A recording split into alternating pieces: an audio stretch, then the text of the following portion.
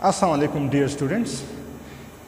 Today, the topic under discussion is the law of gift, and we would be discussing the meaning, literal meaning, the technical meaning, the essentials of a gift, when a gift may be revoked, and when, if there are certain exceptions to these essentials of a gift, and what are the different kinds or terms that are used by the fuqaha to describe a gift which are similar to the gift, but actually there is a slight difference. First of all, in Arabic, the term used for gift is hiba. And hiba, in its literal sense, the dictionary meaning of hiba is gift, a donation, or a grant. All these meanings, they may be used for the term hiba.